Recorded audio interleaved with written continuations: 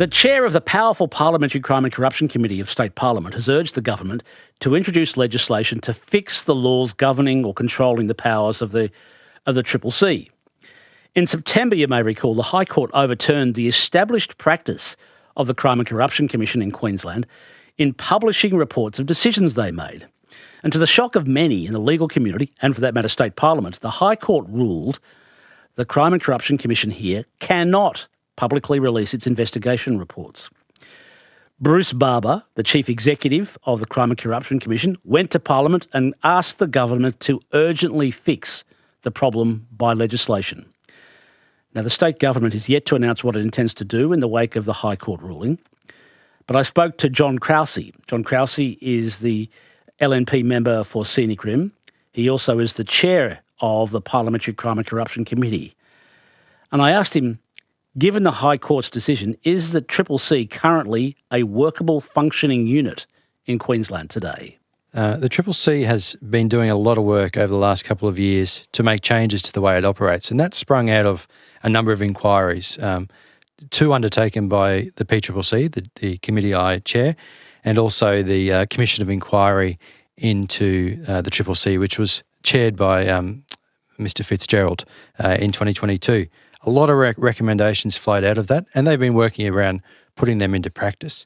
But there was a big spanner thrown into the works in September this year when it comes to the High Court decision in Crime and Corruption Commission against Khan. And that basically, in a nutshell, Steve, has muted, and I say muted because they are not able now to publicly report on corruption investigations beyond reporting that to a prosecuting authority, for example. Muted, not neutered? That's right, muted, not neutered, although some might hold the view that they've been neutered as well. But it essentially says, the High Court has basically said their only function is to refer, to lay charges, nothing else.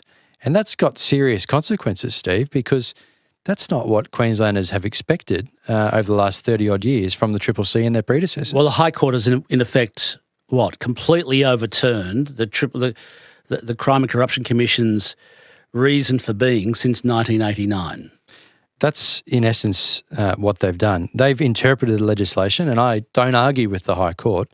The law is what it is, but it's not what we know now is that the law isn't what we think it should be and what we have always thought it was. Is the Parliamentary Crime and Corruption Committee of the mind that their publishing of reports or reasons for decision vital in Queensland? Is it vital that those reports, whatever the report is they choose to release, is it important?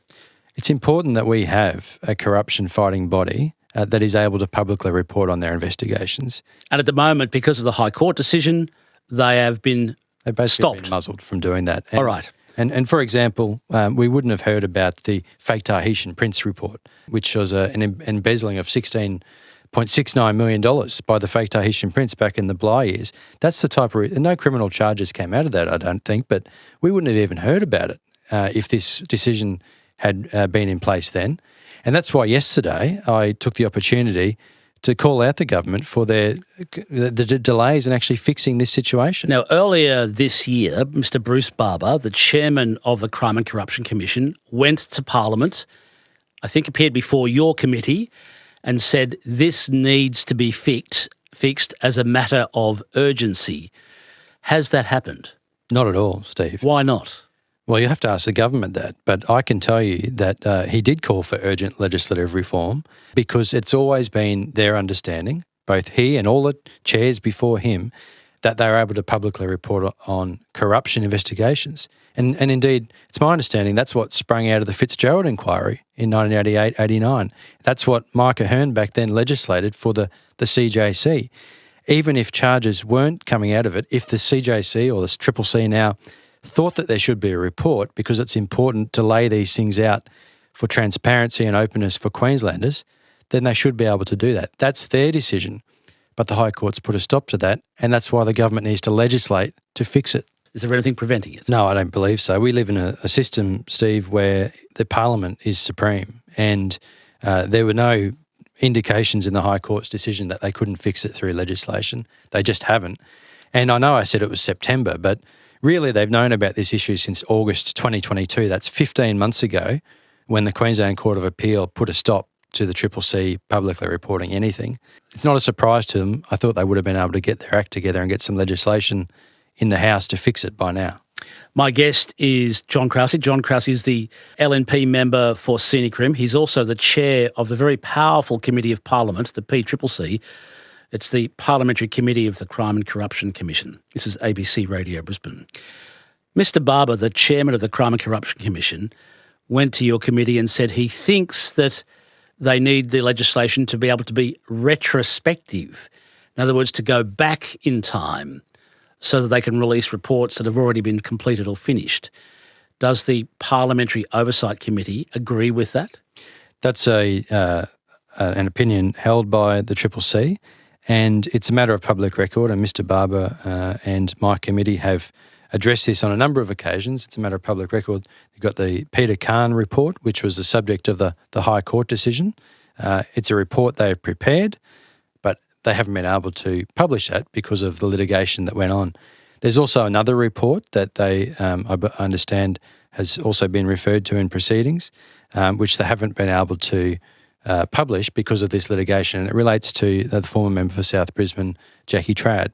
So the CCC has taken the very firm view, not only should the fix to the High Court decision look forward to what they might want to report on, but they also are of the view those reports should be released. They haven't resolved from that. I've asked them 3 or 4 times in committee. Every time they're quite adamant they should be out there. Does the committee think that the CCC is right? Look, Steve, there's some things about the committee work that I can't talk to you about because they're private matters. But what I can tell you is that the CCC has been firm in their view that those reports should be made public, both the ones they've already done and into the future. Previously, and I've been in this game ever since the CCC has been running, even if someone wasn't charged, they would publish a report up until this High Court decision so that the Parliament, who makes the laws, sees how the CCC arrived at a legal decision, understands the process, and can make better laws or maybe change a law. Is Parliament hindered in fulfilling its role if they can't do that? Well, yes, of course, Steve. I think sometimes the process is just as important as the outcome of an investigation.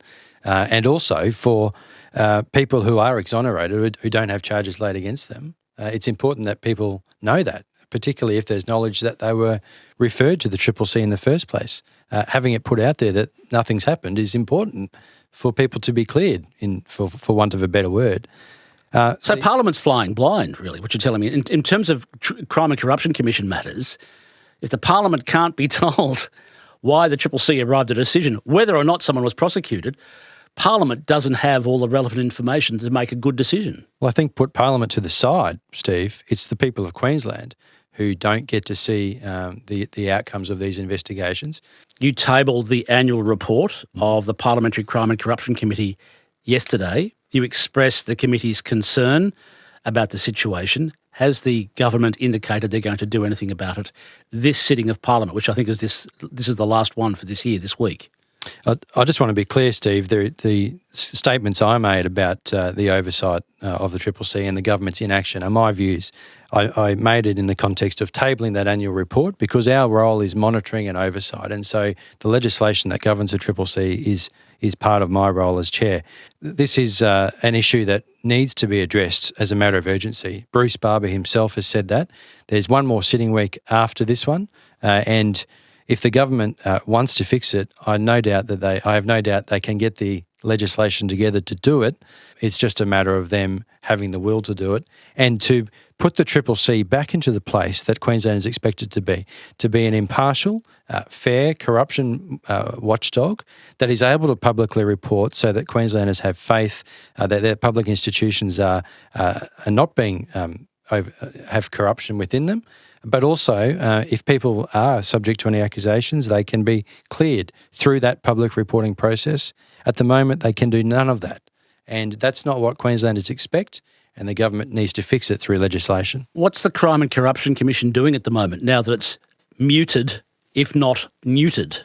Well, I'm sure that its work in investigating corruption and major crime goes on. In fact, I know that it's going on, and they'll publicly report that to our committee in a couple of weeks' time. Their function in terms of reporting their investigations has been severely restricted, and that's the problem we need to fix. Jon Krause, thanks for your time. Thank you, Steve. Jon Krause is the chair of the Parliamentary Crime and Corruption Committee of State Parliament. I went to the Attorney General's office yesterday and asked for an interview with the Attorney General about this, about where the legislation is to fix the problem that Bruce Barber, the head of the CCC, had asked for. She's unavailable, sadly, but did give us this quote saying, "The Palaszczuk government is progressively introducing legislation regarding the Crime and Corruption Commission and will continue to do so." End of quote.